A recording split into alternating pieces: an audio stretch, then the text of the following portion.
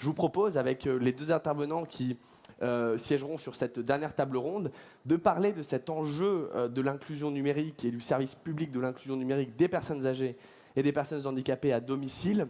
Et je vous propose de le faire avec Jean-Philippe Mingal, cette fois pour de bon, président d'IPRA, que j'invite à me rejoindre sur scène, et également Monsieur Talandier, qui nous fait le plaisir de remplacer Armelle de Guibert, qui a été empêché, délégué général des Petits Frères des Pauvres, qui a été empêché pour raison personnelle ce matin. Monsieur Talandier prendra donc sa relève pour nous présenter, nous expliquer un petit peu l'enjeu, les actions et les premiers constats des Petits Frères des Pauvres en matière d'inclusion numérique. Alors, je propose de commencer peut-être avec vous, Jean-Philippe, pour ouvrir un peu ce propos. On parlait tout à l'heure, bien évidemment, de la formation des professionnels sur le médico-social, sur l'enjeu de l'accompagnement des publics à domicile. Quels sont, selon vous, les points communs et les différences majeures avec le médico-social ? Je dirais que, en ce qui concerne le secteur médico-social, les personnes qui sont prises en charge sont encadrées, entourées de professionnels de référence. Des professionnels qui peuvent être des éducateurs selon le type de handicap qui est le leur, qui peut être des ergothérapeutes, etc., etc. Donc, dans un secteur médico-social, les personnes sont entourées et font confiance à toute une catégorie de professionnels qui, par conséquent, si elles ne sont pas formées correctement à l'existant, elles vont être en difficulté, enfin, ils ou elles vont être en difficulté pour former, pour informer et orienter les publics concernés. Hier, par exemple, je me souviens avoir été dans un établissement près de Clermont-Ferrand et les personnes disaient le souci, c'est que quand on préconise une aide numérique pour une personne qui est atteinte d'une dégénérescence maculaire liée à l'âge, ça concerne quand même plus d'un quart des personnes de plus de 70 ans. Elle me disait, le problème, c'est que on leur donne un choix, mais à l'arrivée, c'est quand même nous qui influençons la décision parce qu'il y a une confiance. Quand les personnes sont à domicile, la situation est bien différente. Enfin, presque différente. Presque parce que là, la personne de référence pour l'individu devient son entourage familial. Et à ce moment-là, la question qui devient plus prégnante, c'est de comment la personne, l'entourage d'une personne à domicile âgée est capable de préconiser la bonne chose, de préconiser la bonne aide. Elle fait avec sa bonne volonté, avec l'information dont elle dispose. Mais ce n'est pas toujours facile, évidemment, d'identifier ça. Et encore, là, on parle de gens qui, entre guillemets, ont de la chance parce qu'il y en a d'autres qui, évidemment, sont isolés. Et celles-là, souvent, on s'aperçoit que le déficit d'information est total. Par exemple, j'ai eu l'occasion de croiser un monsieur de 78 ans qui avait, lui encore, un problème visuel et qui me disait « Mais moi, monsieur, de toute façon, j'ai renoncé à l'usage du numérique parce que sans la vue, c'est absolument impossible. » Évidemment, je lui dis « Mais ça, c'est quelque chose, il faut qu'on vous informe que c'est possible. » Ce qui montre que pour ces personnes qui sont souvent isolées et souvent mal informées quand elles sont hors des établissements médico-sociaux, et même parfois quand elles y sont, faute d'avoir des professionnels voilà, souvent il y a des pros qui nous disent on n'y arrive pas. Eh bien, il faut créer une acculturation, une véritable culture du numérique pour ces personnes. C'est-à-dire, non pas leur expliquer le fonctionnement même de l'ordinateur, ça n'a pas d'intérêt pour elles. Ce qui est intéressant pour elles, c'est de savoir que, 1, ça existe, 2, c'est à leur portée, et 3, c'est, je dirais, un facteur pour ouvrir à des usages qu'ils ne se croient plus capables de faire aujourd'hui. Et à partir du moment où on a montré à ces gens que le numérique est un enjeu pas seulement imposé, mais que c'est quelque chose qui peut leur apporter quelque chose et qui est à leur portée, alors on peut dire que ces personnes, eh bien, retrouvent une stimulation, retrouvent une envie, et que le numérique leur donne alors une nouvelle dimension. Une nouvelle dimension de sociabilité et une nouvelle dimension évidemment de lien social, ce lien social qui est si cher évidemment aux petits frères des pauvres et qui est dans sa mission et dans son ADN. Et Armelle de Guibert, dans nos échanges préalables, me disait, nous on s'est intéressé au numérique, les petits frères des pauvres, parce qu'on s'est rendu compte aujourd'hui que c'est par là que passait une partie du lien social. Et c'est à ce titre, je crois, que les petits frères des pauvres se sont engagés récemment aussi, puisqu'on le voit, c'est un service public qui se construit de jour en jour dans une démarche sur cette thématique. En fait, on s'est intéressé à la thématique quand on s'est rendu compte qu'aujourd'hui, les sondages d'opinion étaient essentiellement en ligne.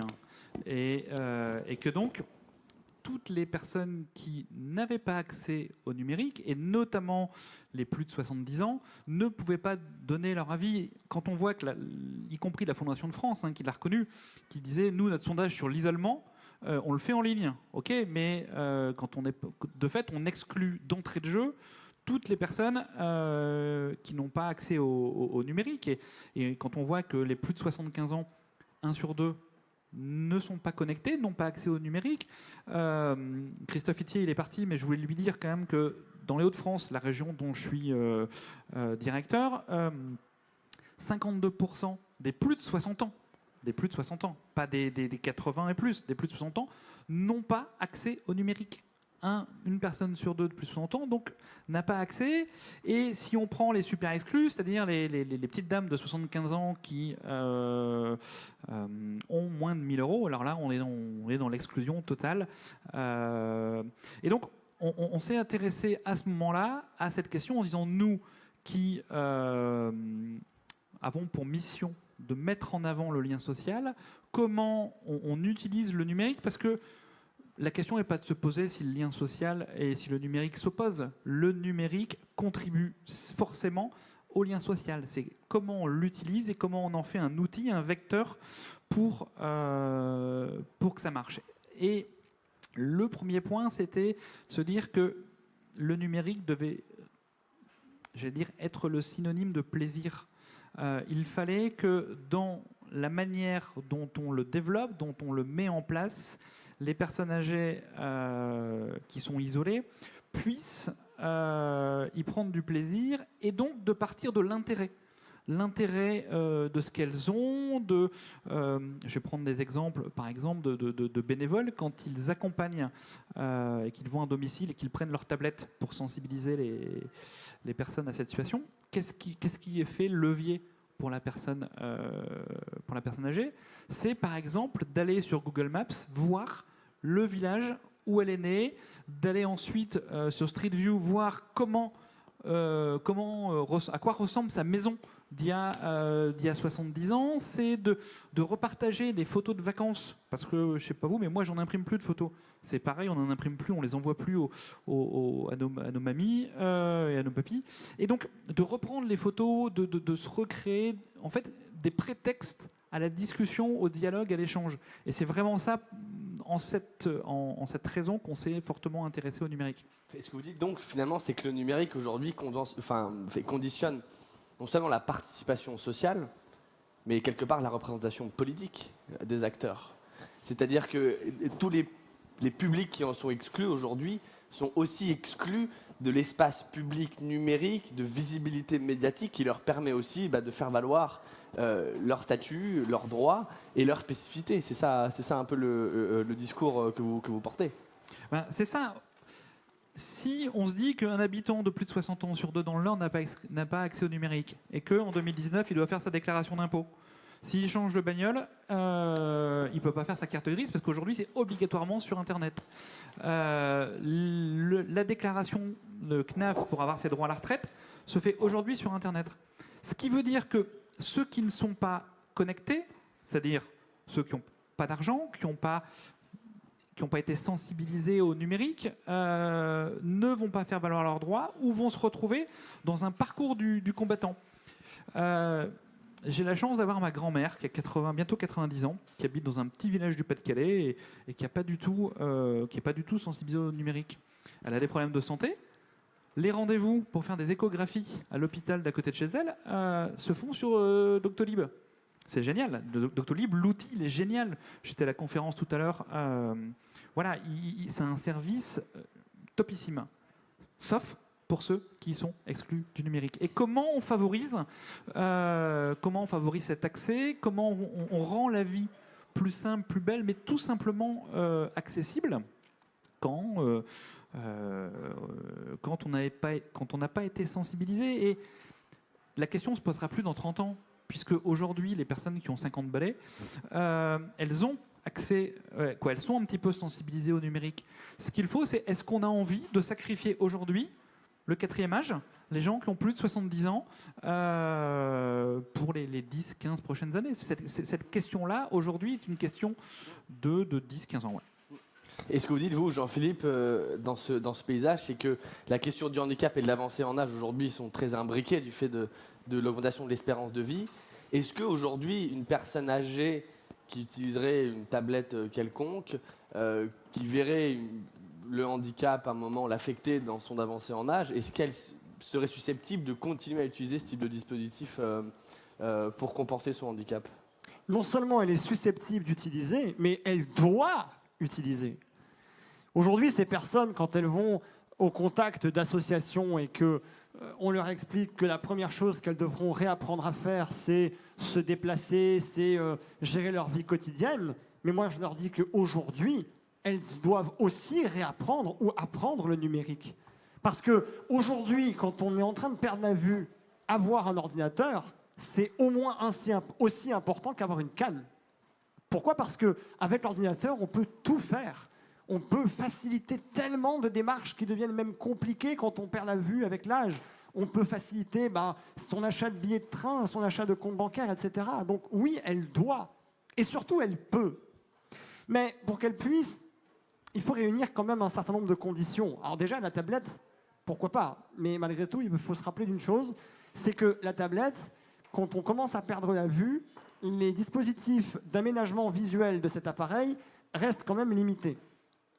Ensuite, c'est un appareil qui quand même, une fois qu'il est configuré, évidemment, tout va bien, mais il est quand même, somme toute, relativement complexe à mettre en place au départ. Souvent, il faut des comptes configurés sur des espaces partagés, etc. etc. Et puis enfin, la tablette, le problème souvent, c'est que quand on a un certain âge, on a perdu un petit peu en motricité de ses membres. Et surtout quand on n'a plus sa vue. Vous savez, les personnes âgées, souvent, il y a des problèmes d'équilibre, de synchronisation, etc. C'est pas pour rien. C'est parce que c'est pas si simple à cet âge-là d'avoir encore cette souplesse et cette dextérité. Et donc, c'est la raison pour laquelle nous, on a choisi quand même de rester sur l'ordinateur, parce que ça offre quand même un cadre plus facile à appréhender. Évidemment, on a l'impression qu'un clavier, c'est compliqué, il y a beaucoup de choses, c'est vrai. Mais il y a des méthodes qu'on met en place, nous, pour permettre aux personnes de l'utiliser. Alors, d'abord, il y a l'utilisation de touches simples, des flèches de direction, une touche validée, quelque chose où la personne, elle a le contrôle. Et ensuite, une fois qu'elle a pris plaisir, parce que, comme le disait tout à l'heure Fabrice, l'idée c'est d'accéder à des choses qui lui font plaisir, à la presse de son quartier, aux réseaux sociaux avec les nouvelles de ses petits-enfants ou de son entourage éloigné, etc. Une fois que ça c'est acquis, que ce plaisir est acquis, que la personne se place devant son ordinateur, non pas par obligation académique, parce que ça, à cet âge-là, c'est exclu, mais par envie, en se disant, tiens, j'ai envie de faire ça pour aller faire telle chose. À partir de là, on peut construire un accompagnement pédagogique. Et ça implique effectivement de prendre en compte tout un ensemble de paramètres sociaux, familiaux, psychologiques, des paramètres très individuels, évidemment visuels aussi, pour voir aussi la personne, dans quel état physique elle se trouve, même au niveau de sa motricité. Et puis de mettre en place une pédagogie adaptée, une pédagogie personnalisée, et un outil aussi qui lui sera adapté. Ça, attention, l'outil, il doit être adapté, mais il ne doit pas être isolant, il ne doit pas être stigmatisant, parce que sinon la personne âgée, ils en veulent de moins en moins. Aujourd'hui, quand on dit à la maison, il y a l'ordinateur qui est réservé à mamie, ça passe plus. Non. Aujourd'hui, il faut un outil qui soit à la fois suffisamment, je dirais, classique pour être compris de tous, et donc ne pas donner à la personne le sentiment qu'elle s'isole, mais à la fois adapté aussi à la réalité de l'utilisation de la personne, c'est-à-dire d'abord à son niveau, à son apprentissage possible, à sa courbe d'apprentissage, à sa vue, parce que, encore une fois, je rappelle ce chiffre, il est essentiel, mais après 70 ans, plus d'un quart des personnes souffrent d'une baisse de leur vue pour des raisons liées à la DMLA. Et je vous coupe, Jean-Philippe, parce que dans ce que vous dites, il me semble que dans la mission de service public de l'inclusion numérique, il y a cette dimension de préconisation et de conseil éclairé sur les nouvelles technologies. Et la question qui me vient quand je songe au modèle des petits frères des pauvres par rapport au modèle médico-social, c'est que vous, ce sont bien des bénévoles, comme tant d'autres opérateurs sociaux, qui sont au contact de ces publics. Et alors, comment est-ce qu'on fait quand on est l'opérateur qui s'appelle les petits frères des pauvres pour aujourd'hui former, le mot n'est pas trop fort, une partie de ces publics bénévoles pour justement leur donner les armes pour acculturer, pour conseiller fidèlement, voire pour initier vos publics isolés et vos publics âgés sur la question du numérique? Alors, c'est une très très bonne question parce que y a un truc qui nous a fait peur ou qui nous fait encore peur. On parlait tout à l'heure dans la table ronde précédente de la stratégie nationale numérique, qui est de la priorité qui a été donnée à l'urgence numérique.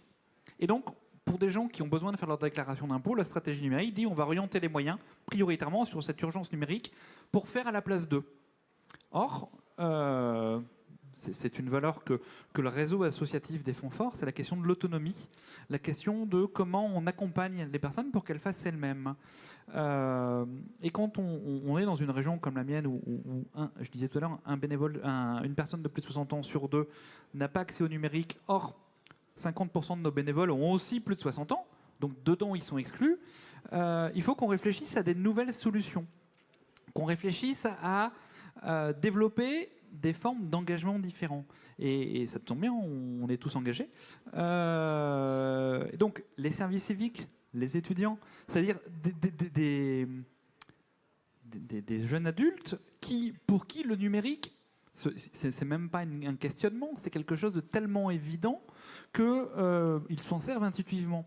Et donc, au-delà de former, c'est plutôt de permettre à ces jeunes de s'engager dans l'association, de venir dans nos équipes de bénévoles, et on leur dit, mais venez, quand vous venez à un goûter du vendredi après-midi dans l'équipe de FIV, qui est un quartier de Lille, venez avec vos tablettes, et puis vous allez les sortir.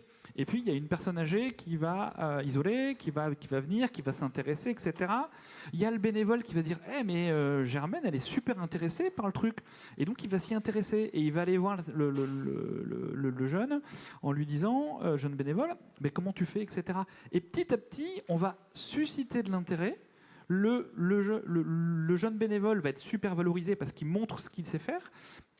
Et comme ça, par un petit effet boule de neige, tout doucement d'entraînement, on va réussir à faire avancer les choses. Et puis, il y a les services civiques. On se pose la question de recruter des services civiques dédiés à l'accompagnement numérique, mais pas pour faire des ateliers. Il faut surtout sortir de réunions où on fait des ateliers, où on va former des bénévoles, de partir du pratico-pratique. Comment, par exemple, je facilite la vie des bénévoles pour aller au resto avec une personne âgée qui est en fauteuil roulant? Eh bien, il y a des applis qui font ça. Donc, on va, par le biais de petites applications, par le biais de petites recherches, sensibiliser tout doucement, acculturer tout doucement les bénévoles à effleurer, à toucher, à commencer le numérique. Et on pense que l'effet d'entraînement va avancer. Une question quand même qui reste à poser, c'est la question des sous. Aujourd'hui, moi je suis dans une région précaire. Comment on fait quand on n'a pas 40 € à mettre tous les mois dans un abonnement ADSL? Comment on fait pour acheter une tablette quand on a 800 € de retraite? Et donc là, on attend aussi des réponses, des formes de soutien pour développer cette accessibilité. Sur la solvabilisation, peut-être le mot de la fin de cette table ronde, Jean-Philippe, la solvabilisation du public est un enjeu. Est-ce que la stratégie nationale y répond suffisamment selon vous?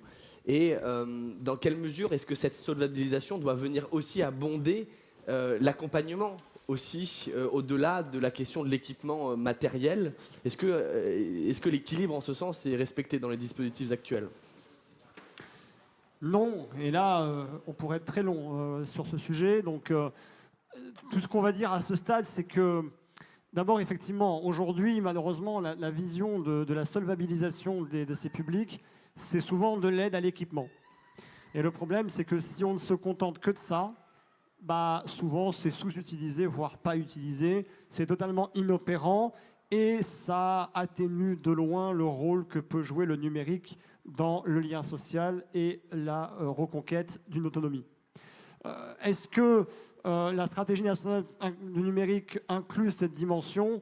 Pas de manière concrète. Enfin, je veux dire, aujourd'hui, il y a encore beaucoup à faire pour prendre en compte cette dimension d'accompagnement, pour effectivement la financer correctement avec des dispositifs qui vont bien, pour moderniser aussi de vieux dispositifs. Je pense au crédit d'impôt à la personne, je pense à tous ces dispositifs-là.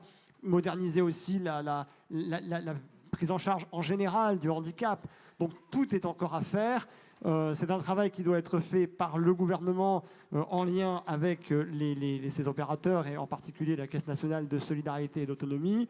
Et je dois dire qu'à ce stade, certes, le handicap est évoqué dans les rapports divers et variés sur la stratégie nationale du numérique, mais le compte me semble pas encore du tout atteint, parce que pour l'atteindre, il faudra véritablement prendre des mesures incluant le service et incluant tout cet aspect-là pour que les personnes puissent avoir une technologie utile à ce qu'elles font et pas simplement s'équiper pour avoir ensuite des déceptions. Et après, en plus des déceptions, le problème, c'est qu'il faut les rattraper. Donc il faut aller rechercher les personnes, recommencer la démarche.